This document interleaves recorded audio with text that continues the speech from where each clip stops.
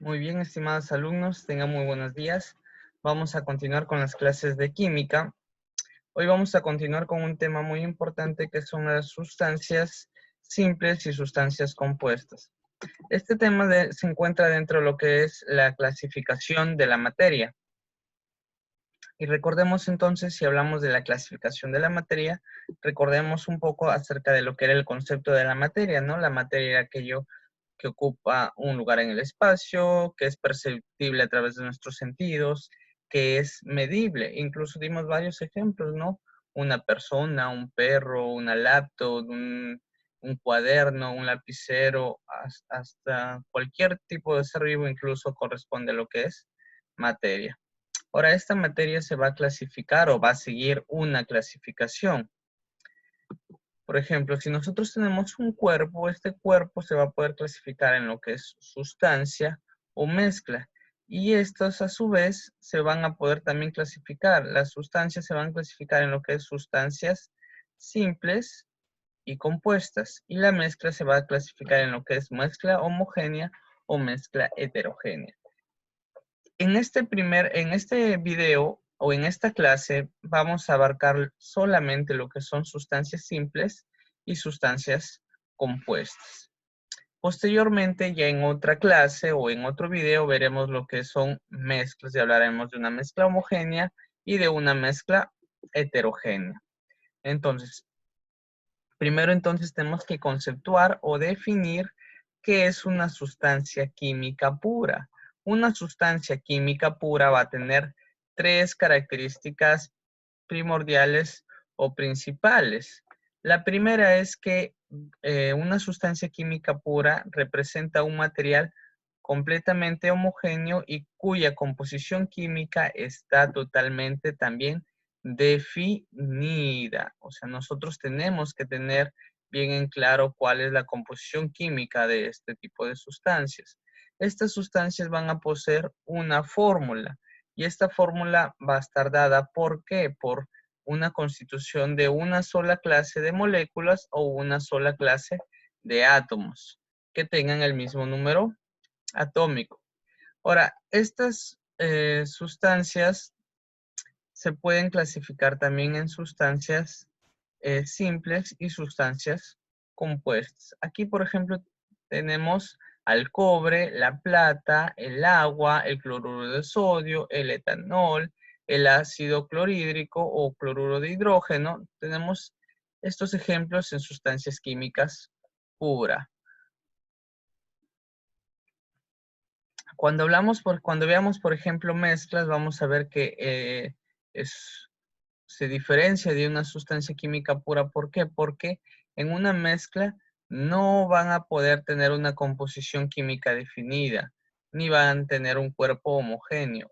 En algunos casos hay mezclas que sí tienen cierta homogeneidad, por eso hablamos de mezclas homogéneas, pero no van a poseer esta característica principal que es una composición química definida. Por ejemplo, aquí tenemos algunos ejemplos. Miren, esta es una molécula de agua. Está totalmente definida lo que es su composición química. Acá el cloruro de sodio también está definida su composición química, que es un átomo de sodio y un átomo de cloro.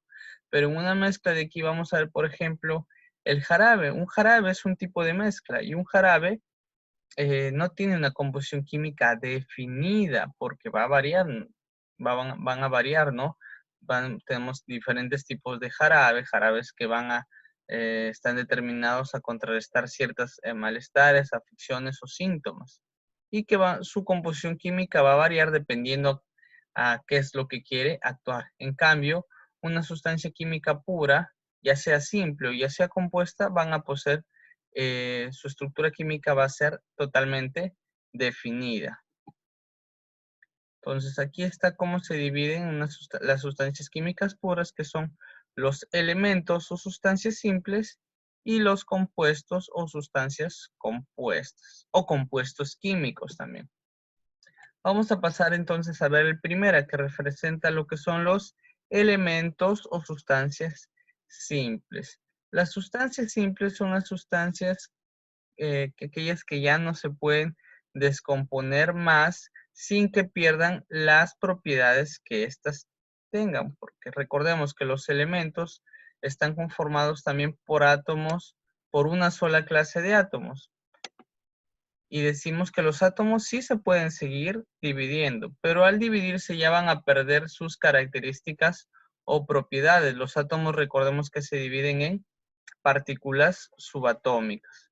Pero en este caso hablamos de que, por ejemplo, las sustancias ya no se pueden descomponer en otras más sencillas, o mejor dicho, ya no se pueden descomponer en otras sustancias más pequeñas, sin que puedan preservar también sus características o propiedades. Ya no se puede. ¿Por qué? Porque posteriormente de eso ya llegan lo que son las partículas subatómicas y estas ya no poseen sus propiedades o las características que tenían inicialmente.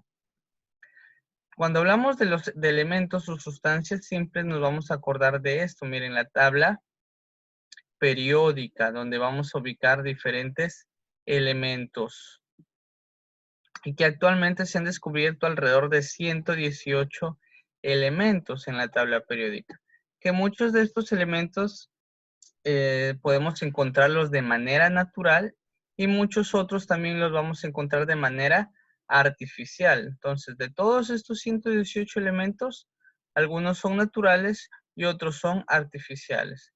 Algunos de los que son naturales, por ejemplo, que tenemos aquí, que son el oro, que su símbolo es el AU. Tenemos el cobre, que su símbolo es el Cu.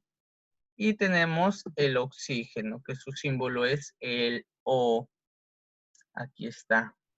Que por ejemplo, miren que tenemos el nitrógeno, aquí el arsénico. Y si se dan cuenta, los elementos en este caso están representados por símbolos.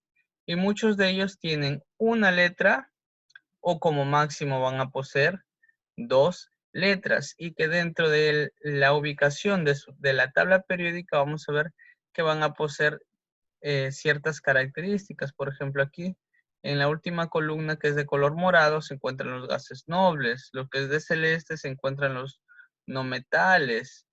Por ejemplo, la parte de aquí vamos a encontrar lo que son los metales. Pero esto ya lo vamos a hablar un poco, lo vamos a hablar de manera más amplia ya cuando toquemos el tema de tabla periódica. Por ahora, simplemente damos estos ciertos acercamientos, ¿no? Ahora, repasábamos, ¿no? Que los elementos están dados por símbolos. Estos símbolos a lo mucho tienen tienen una letra o a lo mucho tienen 2 letras. Y que en este caso, cuando posean 2 letras, la primera es necesariamente mayúscula y la segunda es minúscula. Esas reglas o esas características debemos conservarlas cada vez que hablemos de un elemento. La primera mayúscula y la segunda minúscula en el caso de que tuviera, porque hay elementos que tienen solamente una sola letra. Ahora, ¿qué más podemos hablar acerca de los símbolos? Que muchos de los símbolos o muchos de los elementos, sus símbolos provienen o son de un origen muy antiguo. Por ejemplo, miren, el hierro, que está representado por las letras Fe, proviene del latín ferrum.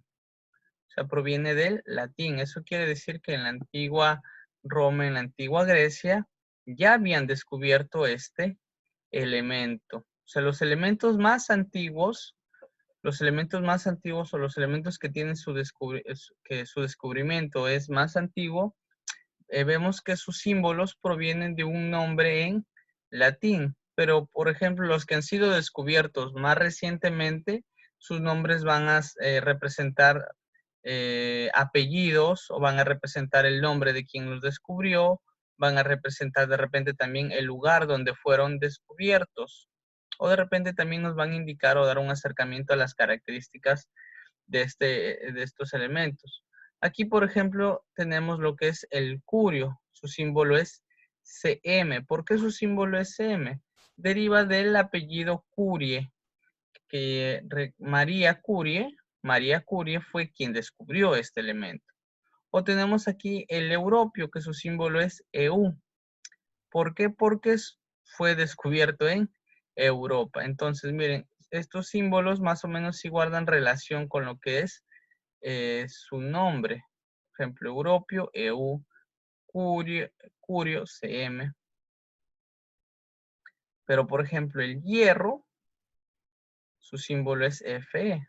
Fe no tiene mucha correlación con el hierro, pero sí vemos que tiene correlación con su nombre en latín, que es ferro. Aquí, por ejemplo, tenemos un cuadro con varios elementos que tienen su origen en la antigüedad. Miren, por ejemplo, el azufre, su símbolo es S. Este símbolo, miren, nuevamente no guarda mucha relación con su nombre, con el nombre que nosotros lo conocemos, pero esta S de su símbolo sí guarda relación con su origen antiguo. Por ejemplo, el azufre proviene del sánscrito, que significa sulbure, y en este caso vemos que la S sí está presente en su nombre.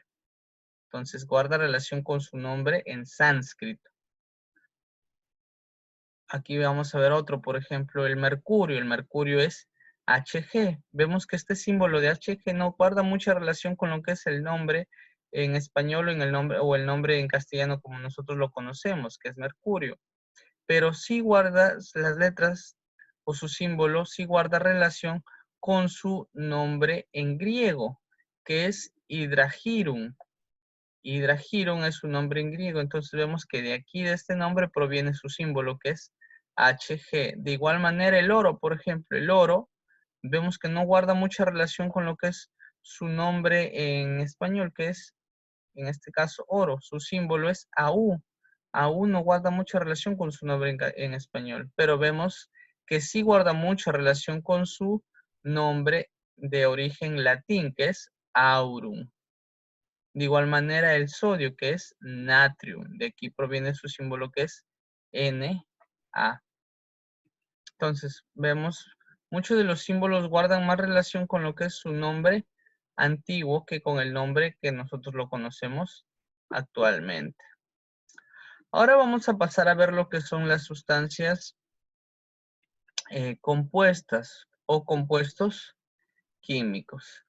En este caso, cuando hablamos de compuestos químicos, son sustancias puras constituidas, en este caso, por más de un elemento. O sea, mejor dicho, está formado por átomos diferentes o por más de un átomo diferente.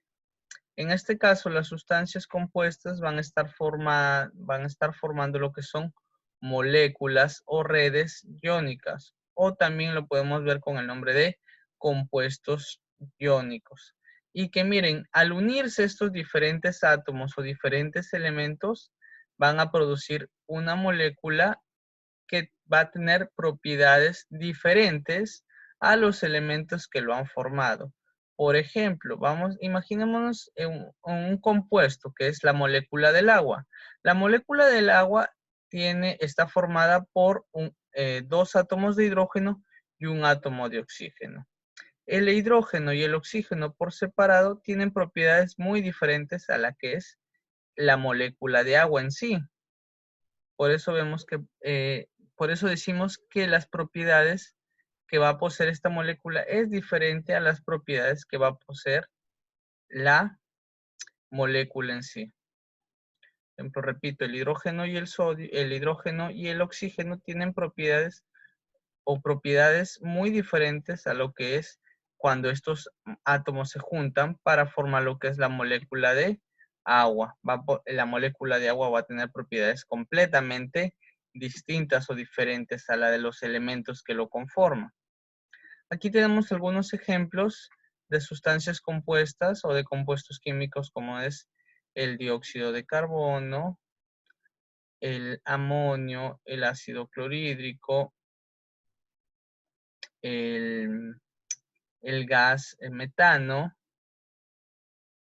el óxido de calcio, etcétera, ¿no? Estos son algunos ejemplos. Aquí están, miren, el agua, el cloruro de sodio y el gas, en este caso el gas propano, que como decimos, miren, están formados por átomos diferentes. Aquí están formados por hidrógeno y oxígeno, aquí por sodio y calcio y aquí por carbono e hidrógeno. Entonces, estas son moléculas que sus elementos, que van a poseer propiedades diferentes a la de los elementos que lo conforman. Aquí vamos a tener una manera, aquí tenemos un cuadro, por ejemplo, que nos da el compuesto, que es el agua, su fórmula, que vamos a ver en la fórmula, van a estar ahí los átomos de los elementos diferentes que lo conforman. Por ejemplo, repito, el agua en este caso formada por 2 átomos de hidrógeno y 1 de oxígeno. El dióxido de carbono está formada por 1 átomo de carbono y 2 átomos de oxígeno.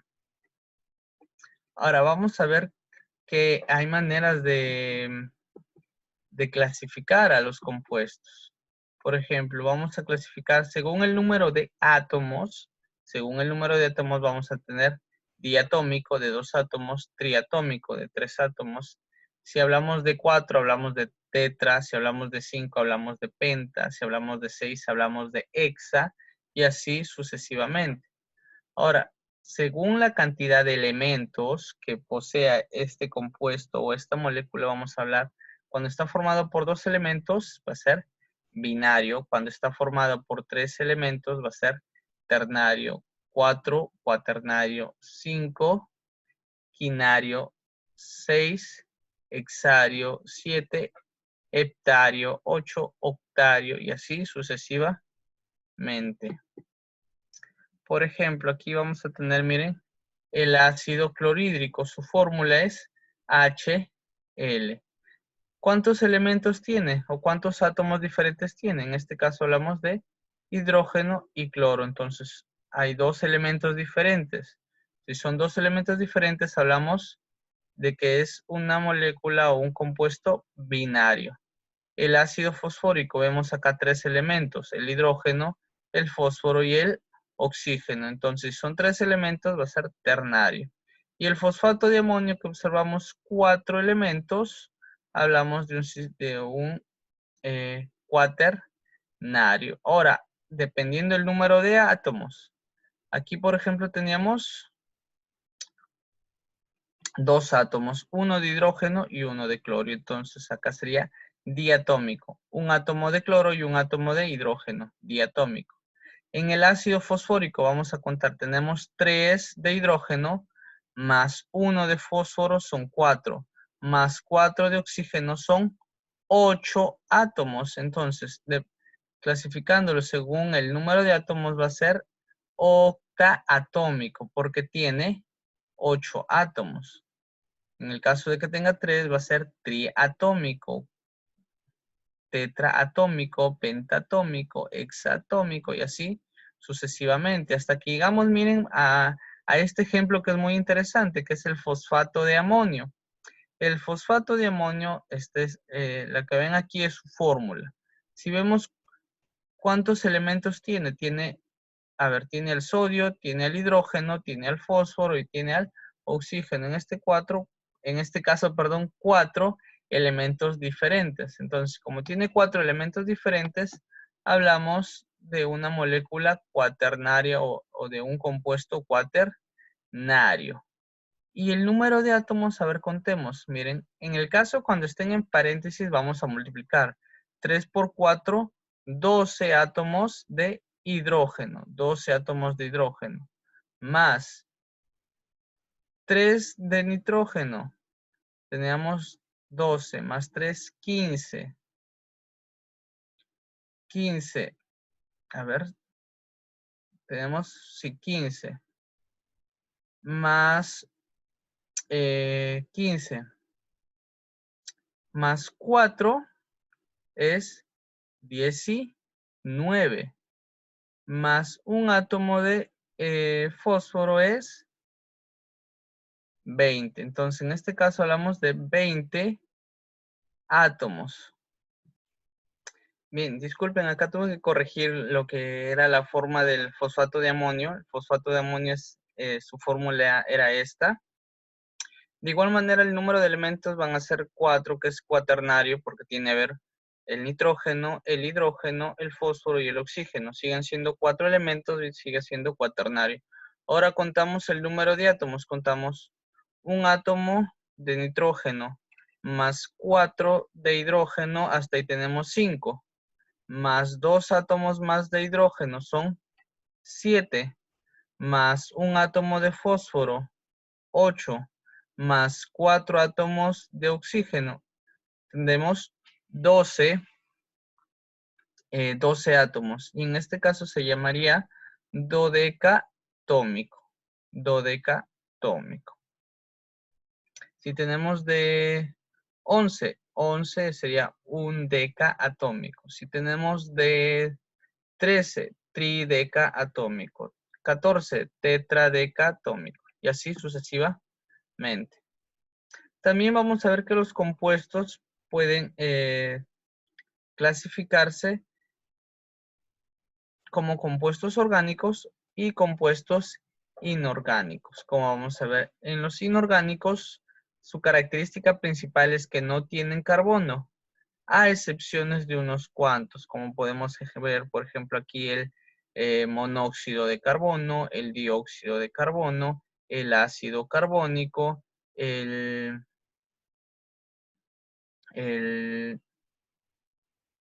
ácido ciánico, entre otros. Entonces, estas son las excepciones.